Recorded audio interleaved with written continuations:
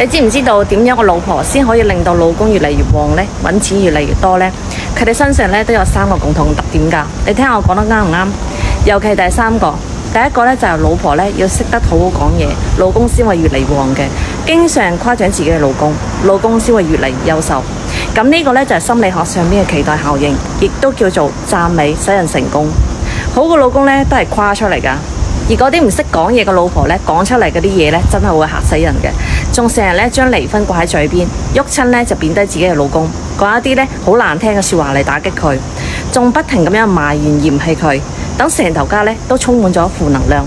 你諗下喺呢種環境之下，再有能力嘅人咧，佢都會越嚟越冇自信。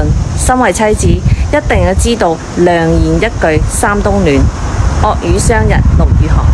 第二點咧就係老婆咧要識得適當咁樣低頭，而且咧仲要知錯能改，老公咧先會有機會揾大錢噶嘛。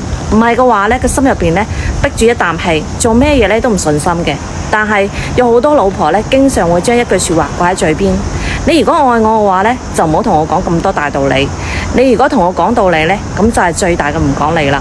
每次嘈交嘅時候咧，習慣要令到老公咧先低頭嘅，覺得自己咧做咩都係啱嘅。就算錯咗咧，都唔會低頭嘅。結果咧，等老公咧寒咗心，對佢咧漸漸咗失去耐心。婚姻咧係需要2個包容噶。老公咧願意讓住你嘅話咧，你都唔好得寸進尺。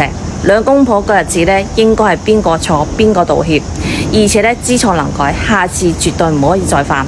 最後一點咧就係老婆嘅情商越高嘅話咧，老公咧就會運得越好。因為高情商嘅老婆咧，佢識得點樣去維護自己嘅老公嘅尊嚴同埋面，唔會喺外人面前咧同老公大吵大鬧，識得關埋道門解決。有咁樣嘅老婆咧，老公一定係唔會差嘅，外人咧亦都會更加尊重佢、認可佢，事業咧都會越嚟越順利。而情商低嘅老婆咧，經常喺出邊咧埋怨自己嘅老公，埋怨佢呢度唔好，嗰度唔好，將好脾氣咧就留俾人哋，將壞脾氣咧就留俾老公，搞到成頭家咧都不得安寧。你諗下，咁樣嘅日子點樣會過得好呢？如果妻子有呢3種特點嘅話咧，老公一定會越嚟越旺嘅，日子亦都會越嚟越好。咁呢個咧就係經營婚姻嘅智慧啦。你哋覺得我講得有冇道理呢？